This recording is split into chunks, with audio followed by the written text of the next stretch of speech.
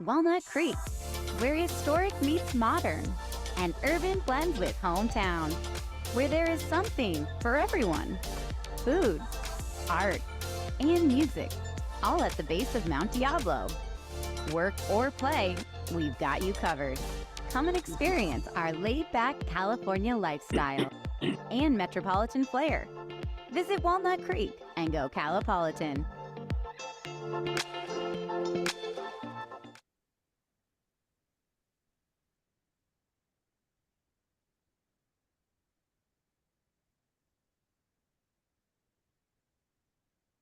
All right. Good morning, everyone. Good early morning. I'm Matt Gishard. I'm chair of the Civic Affairs Forum for the Walnut Creek Chamber of Commerce and Visitors Bureau.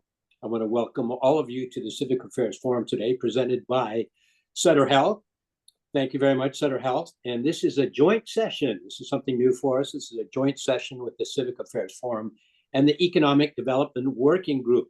So I'm going to just tell you, basically, our forums are monthly forums. They're free, they're informative sessions, and they're focused on matters of economic development, as well as local and state governmental topics. So today I'm going to recognize Ed Del Beccaro. He is going to be the moderator of this forum today. He is chair of the Economic Development Working Group, and he's going to introduce Alexander Quinn from JLF. Go ahead, Ed. Thank you, Matt. This is the second time I get to introduce Alexander Quinn this month. Alexander Quinn is a senior director of research at JLL Northern California and an economist based in San Francisco. He leads commercial real estate research in the region, analyzing market trends and advising clients on development strategy. Previously, he was director of sustainable economics at Hatch. He has provided expertise on infrastructure investments globally and has testified before Congress. He is a professor who currently teaches at UC Berkeley Masters of Real Estate Development program while he balances time with family and other pursuits. His work directly focuses on organizations making to help them make informed real estate decisions, understanding economic patterns, sustainability, and evolving trends. So thanks, Alexander, for being with us today. Go Cardinal, as I said before. Take it away. Thanks, Ed.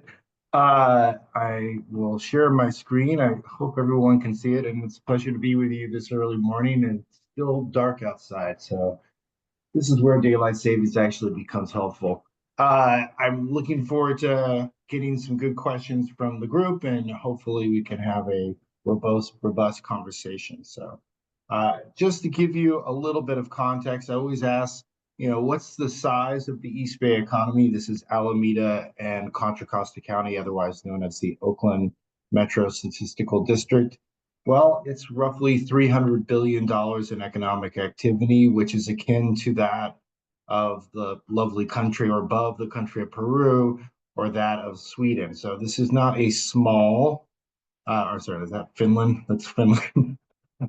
That's not a small economic activity. I think a lot of people think that we are a suburban, relatively residential in its nature, but we still have considerable economic activity out of this. And the other way to think about it is that we are basically the size of Denver metro area.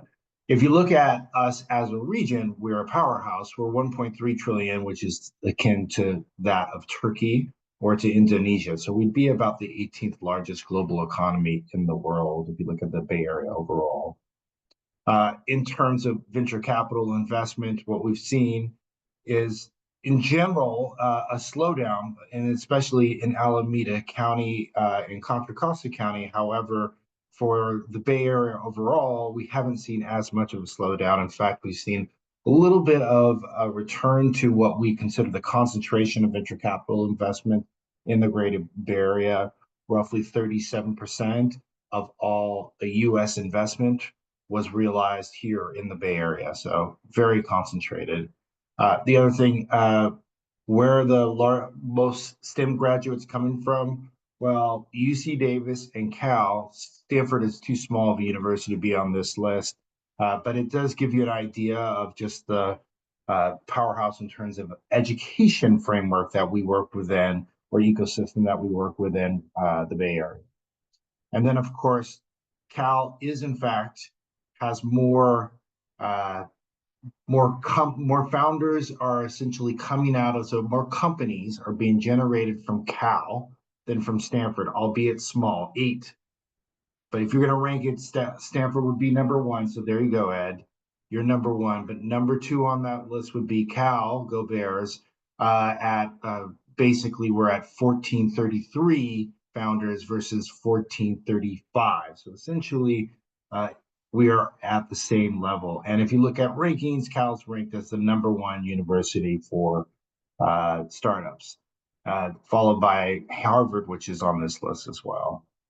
This just shows the university. Of course, ours is a lot cheaper. I'm just going to point that out. It's $14,000. I know that isn't incredibly cheap versus Stanford average tuition is around $60,000. So a little bit different. Of course, Nobel Prizes 110 versus Stanford has 84. So let's go right into some of just the larger national context of what we're seeing. We all anticipated the GDP to slow down, employment to drop.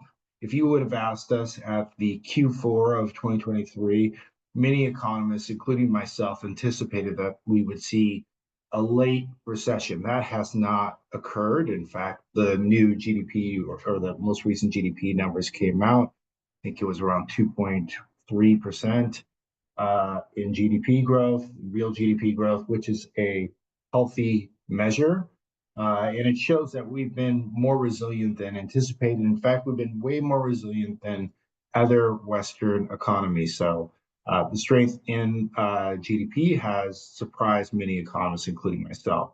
Prices have fallen. That's something that we all anticipated, and they in fact have fallen. They're stabilizing. Partially, there's this hangover associated with housing, which I'll speak to. And then interest rates are expected to fall, albeit slower than originally envisioned.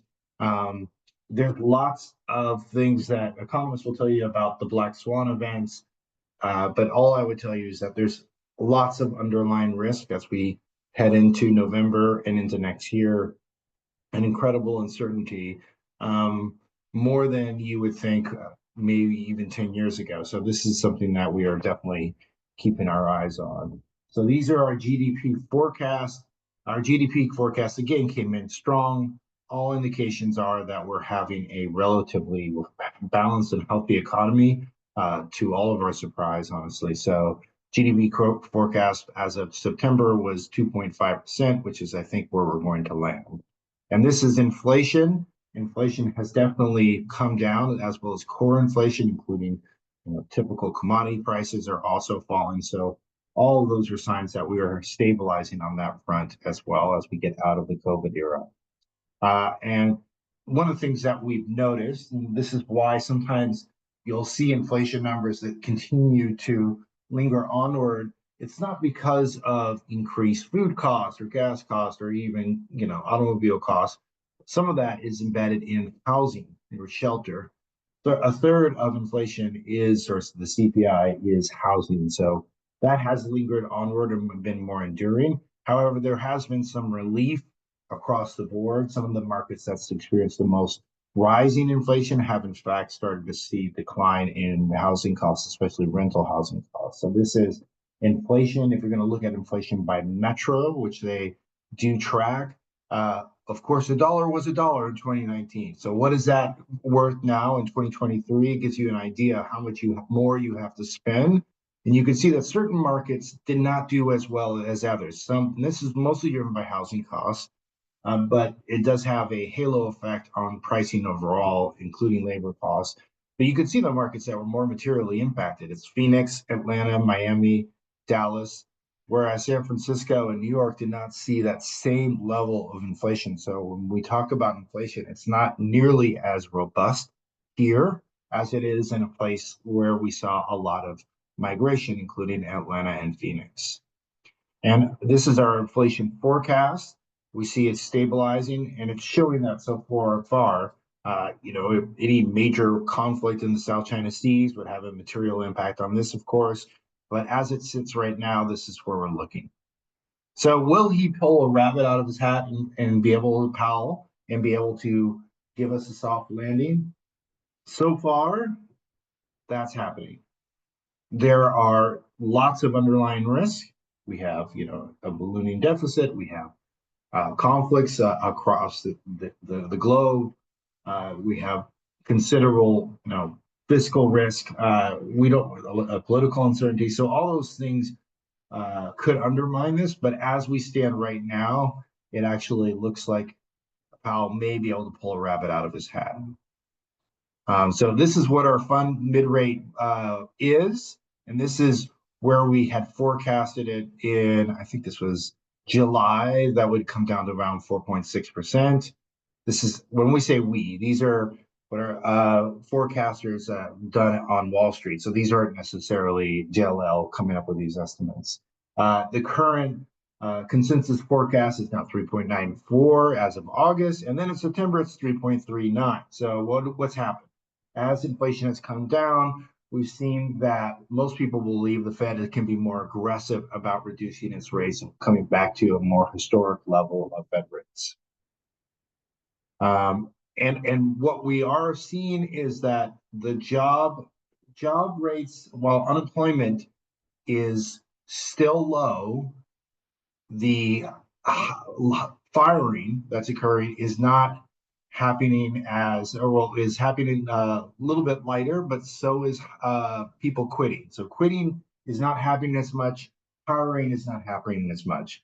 Sorry, it's early in the morning. So if you look at it, it shows that hiring has started to fall off, as has quitting. So people feel less comfortable about shifting jobs than they did in 2022. And those numbers reflect what would be a softer labor market. So even though unemployment numbers are not showing any indication of erosion, we are seeing it in just the amount of hiring that's occurring. So we're back to somewhere around, we look at quit rates, they're at 2016 level, hiring levels are at 2013 levels. So that's kind of what's going on the national stage. Now I'm going to jump to the regional and Bay Area stage. As we always talk about, economists are really good at articulating the present. The future is always hard, so I would just keep that in mind. I present this with all humble pie. In terms of recoveries, the Bay Area overall, this is just looking at previous recessions, the dot bomb. Really, we didn't recover back until 2014. Of course, we were at a very high level in 2000, so this is not necessarily reflective of a normal economy. We were incredibly overheated. During the Great Recession, you can see that we essentially recovered over a very short period of time. And then, of course, in July, where we stay today, you can see that V-curve recovery, which almost everywhere in the country experienced, although we've been about 1 percentage point below in total employment than we were at the beginning of the recession or the beginning of COVID. So this would be February. You can see that sharp dive and then where we stand today. Still relatively healthy, especially considering the employment levels we were at that time. So this is employment for the monthly employment change. You can see this is the North Bay, which would be Solano, Marin, and Sonoma counties. And this is the East Bay. So we saw job gains of roughly 2,500 for September, again, positive. And then San Francisco, which is San Francisco County and San Mateo County, also saw that job gains. And then Silicon Valley, marginal gains, which would be Santa Clara and San Benito counties. So overall, we saw a positive net gain of roughly 6,700 jobs in September based on the monthly report. They constantly correct these. So what they are today, I remember I was reporting this not that long ago and talking about only marginal gains in employment in August. They corrected those upwards. So you just have to keep the current month in mind that it may not be 6,700 jobs that were in fact increased in September. But where are those jobs being realized? So the blue is the East Bay and the brown is the United States. You can see that a lot of it was in education, which is not surprising since the beginning of the school year, leisure, and government. Where we're not seeing it is more in the professional services and in the tech world, where we still saw considerable declines in the East Bay. Again, the East Bay represents Alameda and Contra Costa County. And this is just unemployment over time, and you can see where we stand. Healthy. Historically, the Bay Area has averaged around 5.5% unemployment rate. We're at 4.1%. So you can really see that we're doing pretty well overall. California has always had higher unemployment rate, often driven by actually the agriculture sector, but we're at 5.2%. And I would say this is actually just more recent data that I plugged in this morning. So all it just shows that Oakland's at 5.3, relatively healthy, East Bay 4.8. But there is some softness, as I had mentioned. This is jobs posting. So these are office related jobs on a monthly basis, as reported by Lycast. They basically take unique job postings that are advertised online, and then they aggregate that data to come up with an estimate of how many jobs are being advertised for a given metro. And you can see it here. Basically, we're back to where we were in 2018. So it gives us an idea of where we stand.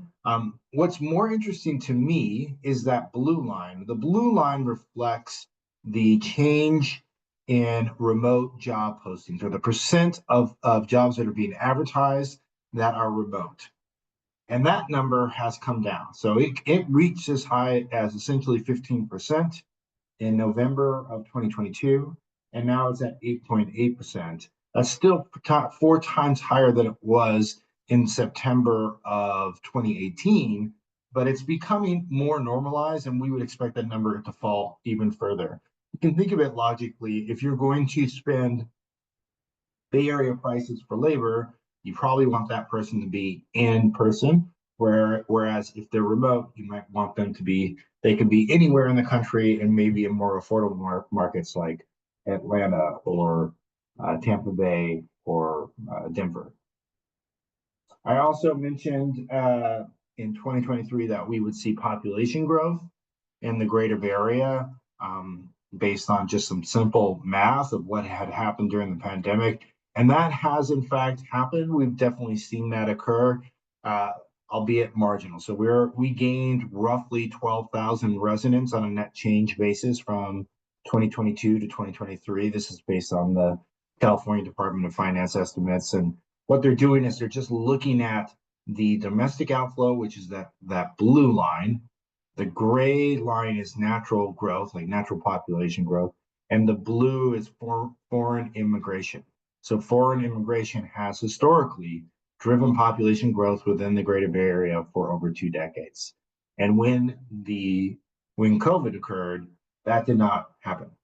So we didn't see the same levels of international migration we historically had.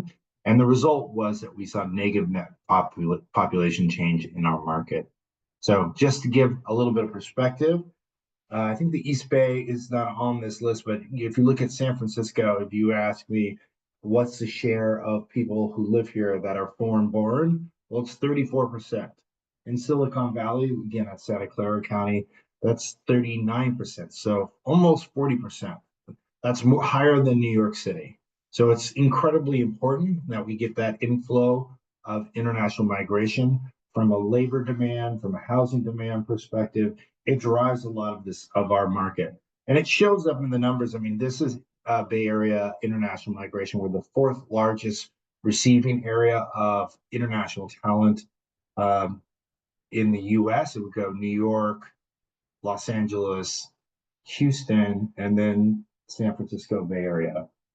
And it's roughly, we're in 2023, we received roughly 53,000. This is legal international migration, mostly in the form of student and H-1B1 visas.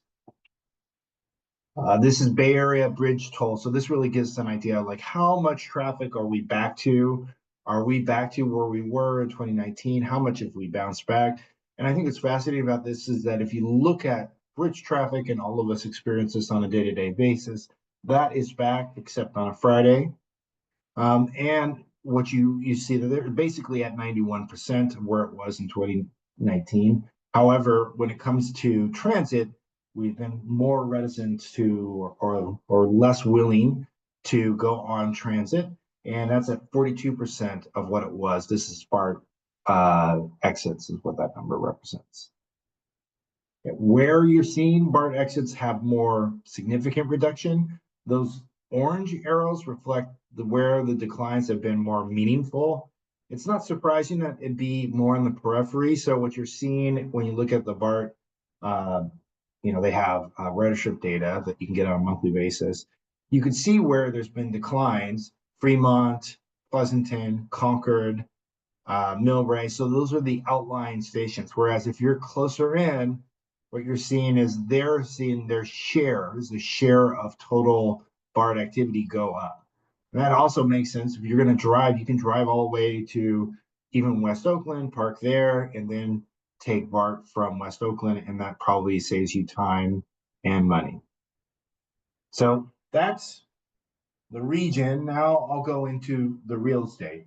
So I think we're not at a stasis. So to say that we have reached our new equilibrium of what the new normal of offices is wrong, in my opinion.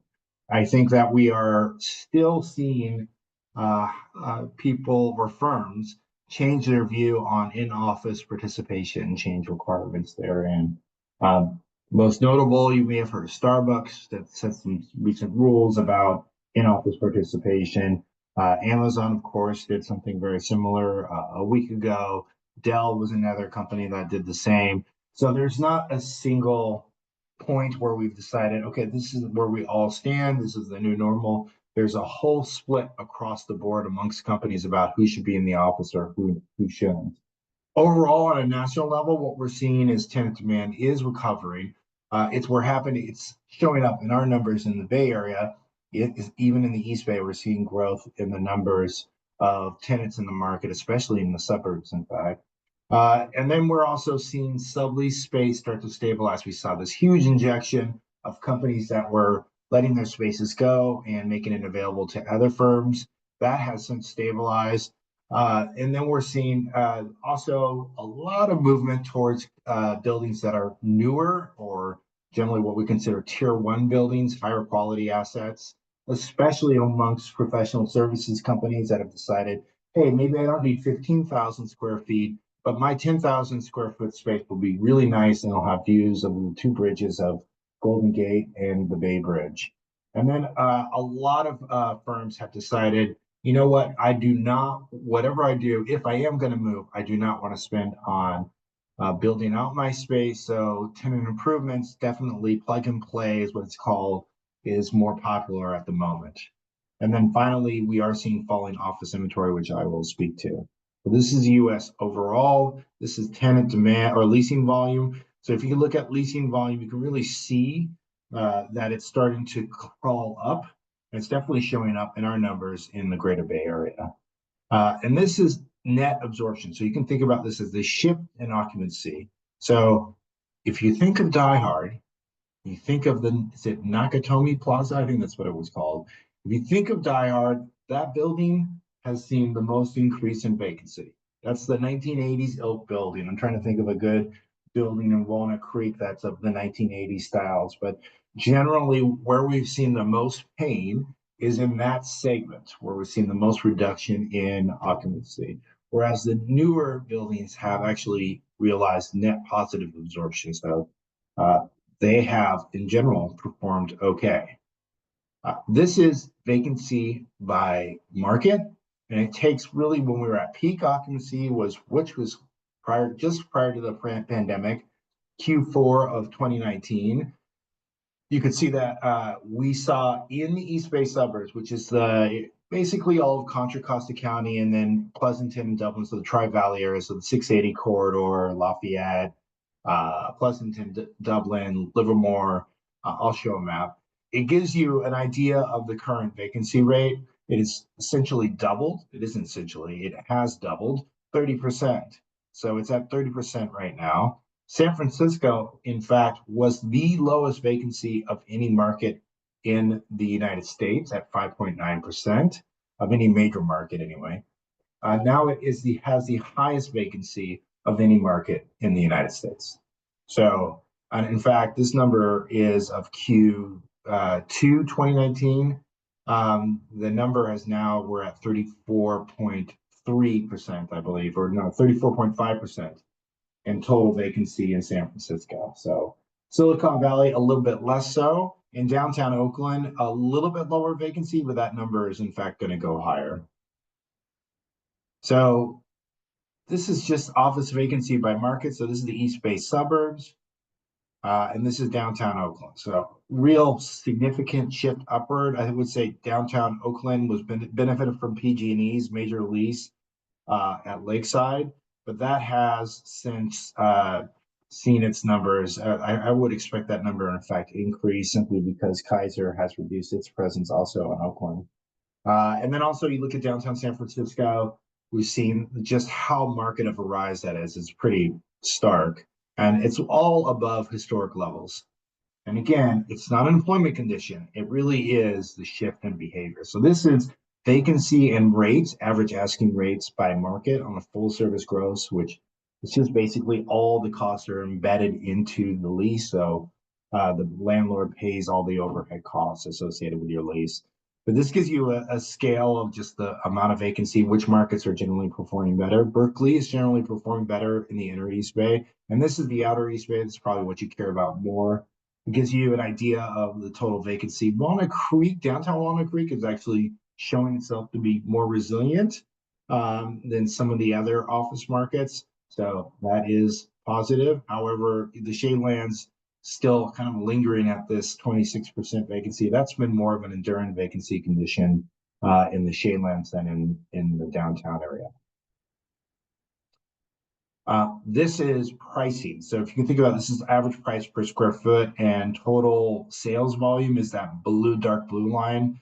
Pricing has fallen dramatically. In fact, I know this looks stark, but if you want to compare this to San Francisco, it's actually not nearly as much of a contrast to what it was in 2019. So yeah, we were seeing rising rates and some rising prices, averaged around $400 a square foot, and even reached a peak of around $476.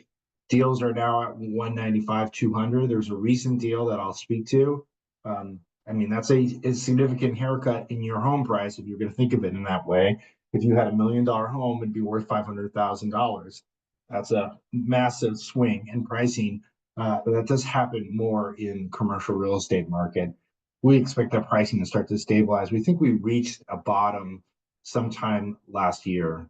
And these are deals that occurred, and there's some really cheap ones in here. And then there's a really interesting one, 1331 California.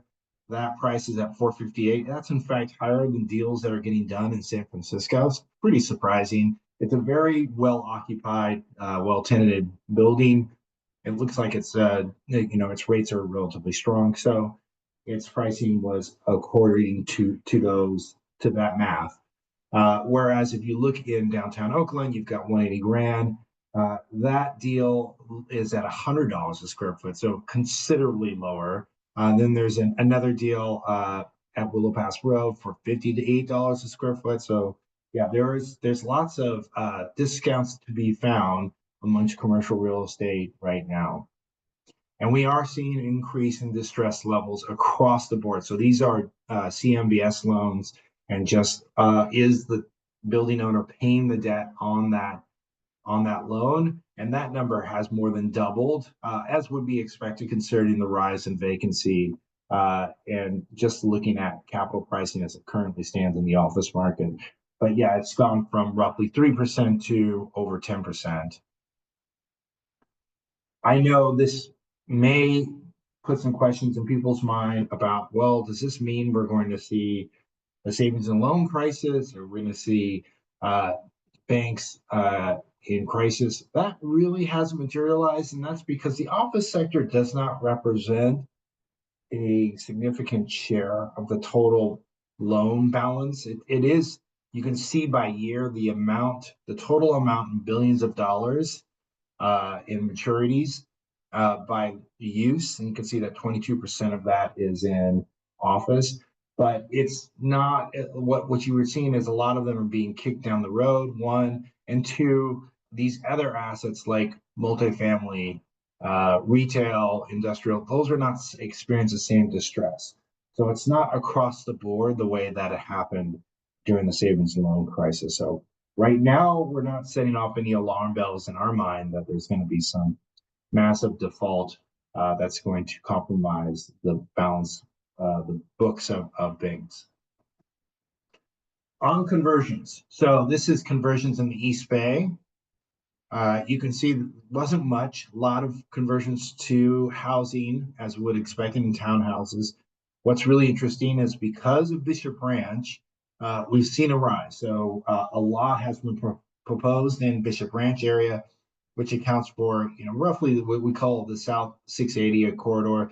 About 50% of that conversion is occurring there. And those are like townhomes and multifamily units. So that's where we're seeing the conversion. That's a significant shift over time. And more what's happening at Bishop Ranch as they go through their strategy. And it just shows you, what it used to be pre-COVID was a lot of conversion to retail. This is office conversions. Now it's to residential and mixed use. Not surprising. So as I mentioned, this is the existential crisis that us as economists are dealing with, is that, we used to look at office related jobs and that would tell us everything we need to know about office occupancy. And that has changed. There's no correlation in the current market. We don't know what the new normal is. And so right now we see this vacancy rate. This is as of Q4 2022, just the way the employment data comes out. So what it shows is that we're at 75% occupancy, whereas office employment is essentially above where it was prior to the pandemic. So those two things that used to link together are not linked together. So we don't know what the new normal is. So when we do forecasts, it's hard for us to come up with it. And this is why. It's because people have decided the pajamas is where they love to work. And being in the office is difficult because you have to commute to the office, etc. But it's really fascinating. This is Nick Bloom, who's a Stanford, I think he's an economist as well. He did an evaluation of just the remote work dynamic, and you can see the amount of people who are at home. If you're English speaking, you're more likely to be working at home than any others. It's really fascinating. Whereas if you look at the vacancy rate of Tokyo, for example, it's less than 6%. So it's just a totally different dynamic. It's really culturally instituted or more embedded in the United States and even in Canada. And then if you take that same culture and then multiply it by two, that's the Bay Area. The Bay Area has been really the most willing and able and most accommodating towards being out at working from your bedroom or your kitchen table, or maybe your home office. This gives you fascinating data. I think these numbers have come back to normal a little bit, but this is also Nick Bloom's. This is tea times. So if you look at where tea times were in 2019 on a typical day, what was your peak period? It would have been, well, Saturday or Sunday. Now what we've seen is that stretch much more into the week. So you're finding people who are doing their tea times have increased considerably on Monday through Friday. Fascinating. So what has it created? It's created a little bit of a hole in the donut. In some cases, Walnut Creek, and this is MasterCard spending benefits from this. But you can really see that the areas that are in the inner core, the areas that are extremely employment rich, were more materially impacted by COVID and have not recovered as quickly. I still believe in clustering and agglomeration, so I think some of this is transitory, but it is showing up in the numbers. Really, the suburbs are doing better. This is just a look at cell phone location information. So if you know Placer.ai, it's basically, as long as you have your location services on your smartphone, we are tracking you and we have an idea of where you're located. So this is just worker population by market. You can see downtown Walnut Creek is actually doing quite well, roughly 40% above where it was in activity in relation to places like downtown Oakland, which is 40% below. Or Pleasanton, that was the employment area, office area of Pleasanton. That's still 40% below. So what's happening there? It's probably a combination of things. The retail is doing quite well. People are more willing to work in offices in downtown Walnut Creek than they are in downtown San Francisco or downtown Oakland. So you're seeing those numbers show up. Oh, and of course there's this. So this is the the work policy, in work policy of different companies. And all I would say is that whatever I say today will change tomorrow. It's constantly changing back and forth. So Meta has reversed course. Google has gotten stronger over being in the office. Dell has definitely moved much more towards being in the office. It says work from office 3 days a week. In fact, now I think that is 4 days a week. Amazon, of course, moved all the way over to the left. X is more a CEO change. We're seeing companies really shift. Snap is another one that's definitely shifted and actually performed quite well since it has shifted. Lyft also has done the same. So we're seeing much more of this, what I consider reversion to the mean, where we want people to collaborate in person. If you think about it, would you be more likely to hire somebody who got an online degree or an in-person degree? I think 9 people out of 10 would say in person. So this is badge swipe data. They are tracking you. Right? When I say they and you, I'm being broad, but the companies are tracking their employees, and they're doing it mostly through badge swipes, but they're also reservation data. They even use, there's like heat-based sensors in certain companies. So they are tracking how much are their offices being utilized, who's utilizing their office, are they logging on in person, and then actually, in certain cases, they're using it to reflect their increases in promotions. And this is a shift as well. This is the also cell phone location. What's useful about cell phone data in this specific circumstance, these are all individual headquarters.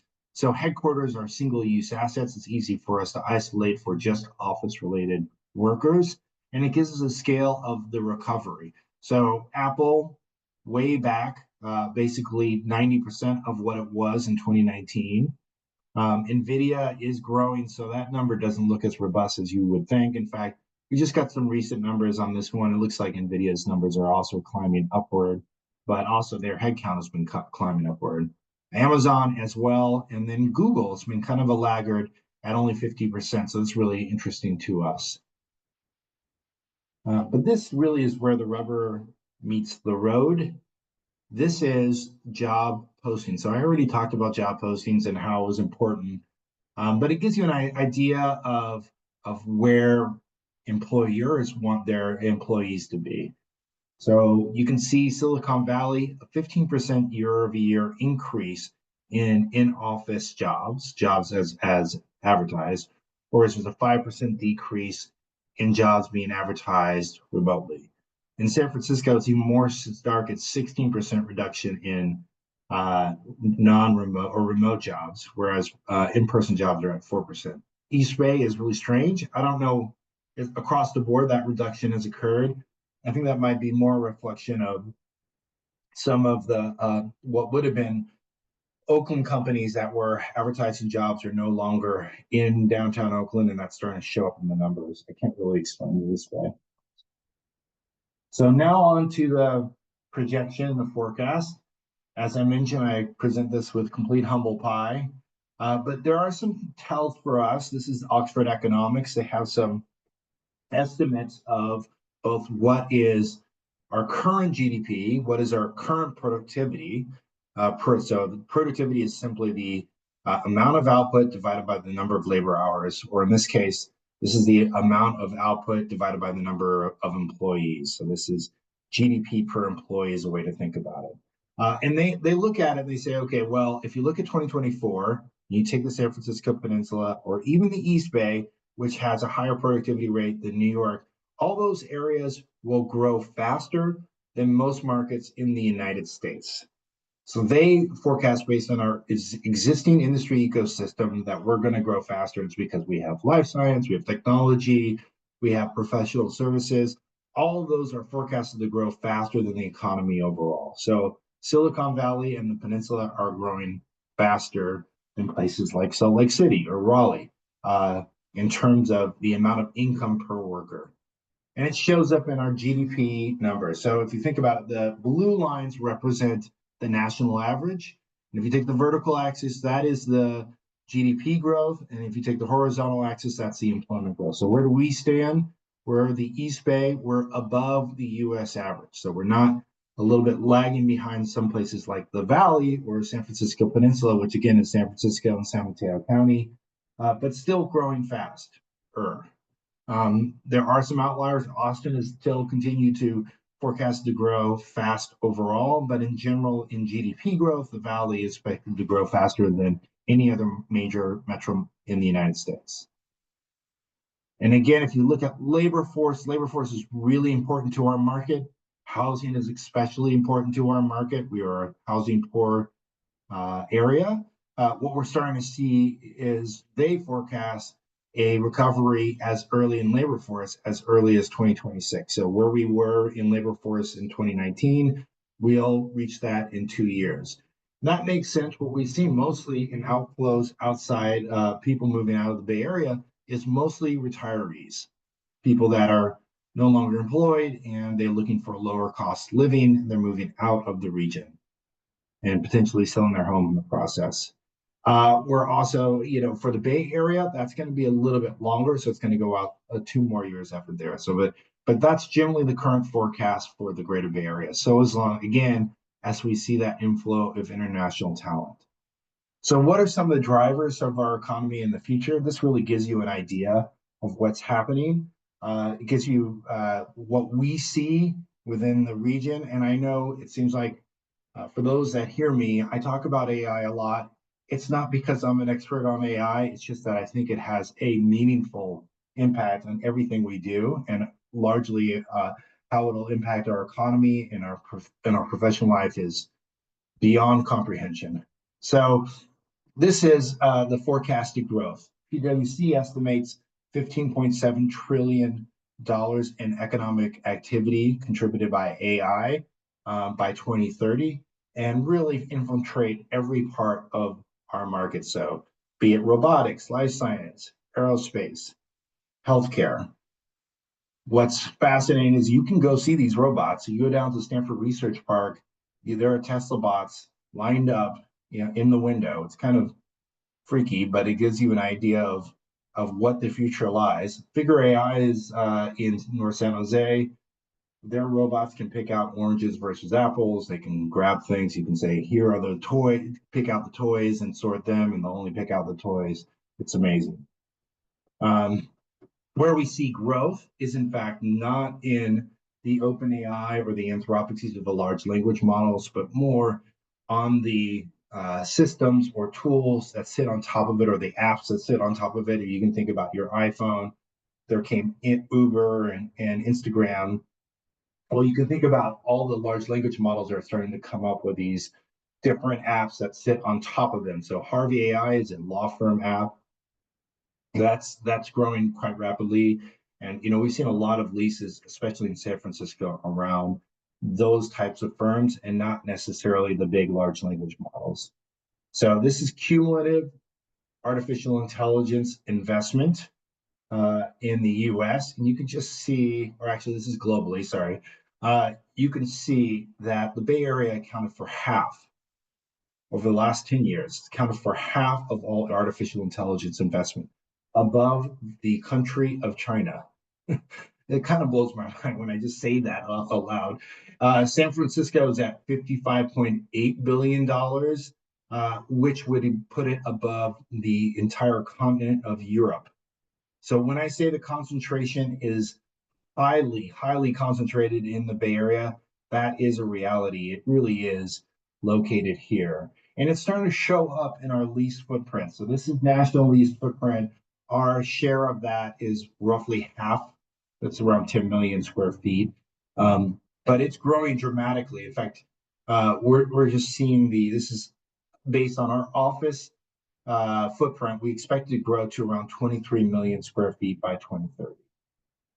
So what do I think is happening, or what are my forecasts? I think fundamentally, I think that Bay Area's share of venture capital investment will increase, really driven by the expansion of early stage funding and AI and the continued rolling of that.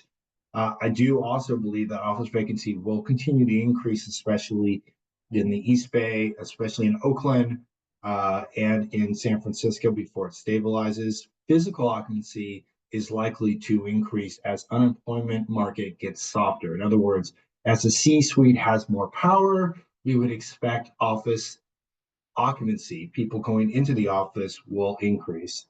AI companies will continue to roll. They will see an expansion of their footprint. All indications are that they're doing that. We just had a recent lease of a super microcomputer in Milpitas. Sorry, Milpitas. They're expanding their Simplex R&D space, but NVIDIA, AMD, they're all expanding in the Valley, and then the labor force will continue to grow, driven by international migration. And then finally, the election will inform a lot about the path forward related to Bay Area's advanced manufacturing growth, which is really clean tech. So depending on the election, that will inform the health of that sector. I think that is it. Yeah.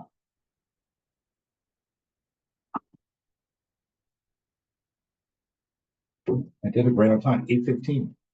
Yeah, right on time. Lots and lots of things to talk about. Goodness gracious. But let's just start out. A couple of people have asked if the slides that you've shown here today are available to them. I know you're going to say without changing every day, but I think that's important. People would certainly like to see those and contemplate them. So somehow we can get them. Yeah, of course. That'd be great. Another issue kind of is, just very quickly, and I should have asked you at the start, just give us, I want to say, the 2-minute version of you and JLL. Well, I'm urban planner / economist, led consulting for years, and then I hated traveling to places like Kazakhstan and Brazil and all the other places in the world, and got offered a position to be head of research for Northern California for JLL. And so I lead research, so all things data. We're the objective party within the commercial real estate company of JLL, and we provide the analytics for transaction activity of JLL in Northern California. So all commercial real estate assets, multifamily, industrial, office, retail. We're the people supposed to be the bean counters, and then the ones that are forecasting out to allow brokers to make transactions as transparently as possible. All right, interesting. So a couple of the questions let's talk about. So people are concerned, obviously, and we hear about it, inflation, immigration, all these various things on the national scene. But on a local scene, what do you see as the biggest threat facing our economy here in the East Bay? And people talk about commercial loan defaults. We see that. So that's kind of a big thing that people are looking at. You talk about vacancy rates downtown Walnut Creek, 30%, 25%, something like that. That's a concern. Yeah, there are a couple of things that are driving, I think, the fiscal consequences of the pandemic have a lingering hangover that will impact cities and transit agencies, and those were initially saved during the packages that the federal government gave to local government and transit agencies, and those are starting to finally come to roost, and we're going to see some pain on that front, and that is not resolved. So there are fiscal threats at local government and at state government, but more local government that have not been settled yet. But the reality is that if you look at downtown San Francisco, for example, 3/4 of its GDP is realized within its downtown. So to the extent that people are not coming to work, the extent that vacancies have climbed so dramatically, the extent that pricing of office buildings have essentially seen a 70% drop, those things have an impact on the general fund balance of the city of San Francisco, and also BART and places. Walnut Creek is a little bit more insulated, but they too have also, the city of Walnut Creek has also experienced some of that. So in-office participation or lack therein has an impact on these type of cities. and it really from a fiscal perspective and also from an economic activity perspective. Also, you can think about it if you just think, well, if I go to work 3 days a week, well, if you are Novus Bagels in downtown Walnut Creek, your revenue has dropped by 40% because you're going in 3 days a week versus 5. That has a real meaningful impact on your sales at a local level. So those are things that are happening. Those are the threats in terms of what we're seeing in terms of future risk. We definitely see a decline in tech employment, at least in the short term, as we see this convergence or change over to AI. While the Bay Area is benefiting from that, there still seems to be a reduction in headcount, at least amongst big tech firms that probably overhired in 2022, and they're reducing their headcount right now. Yeah, speaking of, that kind of goes into the inflation issue that we talk about. Everyone talks about California being the most expensive, and often focused. That's why people are leaving. It's interesting that you mentioned that it's retirees many times of the outflow. People are getting to a point they're retiring and going to a cheaper place. But I think all of that runs into this issue that's frightening to people. I went shopping not too long ago and thought to myself, whoa, prices at grocery stores are just incredibly high. I don't go all that often. My wife does it most of the time, but perhaps you could talk a little bit about that. A banker friend of mine said at one point, this debt is not a problem until it's going to be a problem, and how all of that focuses on inflation and what our costs are. So it's kind of a very disjointed question, but give us a little of your thoughts on debt and inflation and what we can look for. Inflation, it just takes away consumer buying power, right? So you can think of it as a decrease in your consumer well-being as inflation rises. So as I mentioned earlier, yes, grocery prices are up. They're not up as a percentage, the same level that it is in a place like Atlanta. So where you're hearing some of the national narrative about inflation, you would experience that inflation much more if you were in a place like Atlanta or Phoenix than you would here in the greater Bay Area. So prices were already higher here. And that distribution of pricing has now hit other markets as labor costs have gone up in other markets. So it hasn't had as meaningful of an impact on us specifically, although of course everybody's experiencing higher prices. But what does it do is it in real terms, if incomes are not going up at the same level, the result is that your buying wellness goes down. And I think some people are experiencing that. Overall, though, if you look at incomes to rent, for example, or in the greater Bay Area, we've been more, we on an average basis have benefited more than most markets. And we've seen more income growth in our market than in other markets. So inflation really hasn't had the same meaningful impact on our region specifically as it has on a national scale. Again, I'm not negating the cost that there is such thing as rising costs. Those rising costs, though, are not as significant as in other markets. So as people left to places like Phoenix or Salt Lake City or Austin or Rosemont, Montana, those incomes, which were generally higher income tech incomes, were then spending in those markets, and that injected an increase in total demand, which increased pricing. I get you. We're getting close, but I have so many questions, but I'm just going to try to some of the important ones. We've talked about conversions, and here in Walnut Creek, we're actually looking at what can be converted, and then looking at down in Contra Costa County, down at Bishop Ranch, and all that, the kinds of things. But what gets in the way of conversion? People often ask, well, it's easy. We've got all these offices, and they're half empty. We'll just convert them. Can you give us a little talk about that conversion aspect? Yeah, sure. So conversions generally are difficult to do of the existing building from converting from an office to a residential of an existing building. Or there has to be a secret sauce, essentially. The dimensions from the light well to the back of the building have to be sufficiently shallow to enable development to occur. Sometimes what you'll see on conversions, you'll see storage area, what was a historic office building, just because the light doesn't get all the way to the back of the building. That's one thing.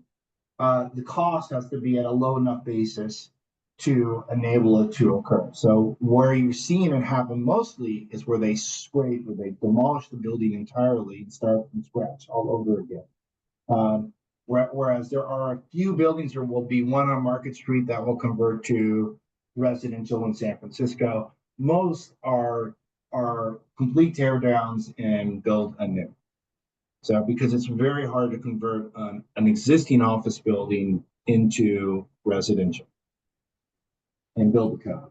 So we expect in San Francisco, for example, roughly 4% of the total supply will be converted to residential. That's like the max amount that we expect. Still small. Not much. Well, we've reached the end. You know, it's unfortunate our forums are so, I want to say, dynamic, and we usually allocate about an hour or 40 minutes. But what I want to ask you is, because I have a number of questions I'd like to get to, and perhaps offline at some point, that you can, AI is a big question that's come up there, just a number of things that we could, we'll have you back in the future, but at some point also we want to send you some of these questions and maybe we can get them out to some of our audience. So I'm going to turn it over to our CEO, Bob Linscheid, for his concluding remarks. And I just want to thank you very much, and quite informative.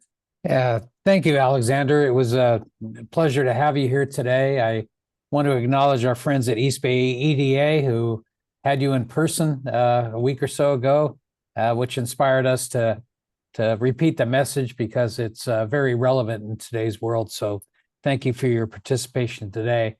Questions about the PowerPoint, we do have that available. Plus, today is being recorded. So we will provide that recording link to anybody that registered, and then we'll post it on our Civic Affairs page in our website. I do want to mention one other, speaking of economics, on November 19th at the Copa Soccer Center in Shadelands, Visit Walnut Creek, which is our destination marketing organization, is sponsoring the Economics of Sports, presented by Dr. Dan Rasher, who's a sports economist for the University of San Francisco Sports Management Department. This is an in-person event only. It is at 8 o'clock in the morning, which is lunchtime for me. And register on our website. Again, it's November 19th, 8 to 10 a.m. In the Shadelands. That's it for today. I want to acknowledge Lynn Pauline for coordinating today's session, and Chris Aon from our marketing department for helping getting today done. So, Matt, thank you for your participation, and we'll give the rest of the day back to everyone. Thank you all. Thanks, Bob.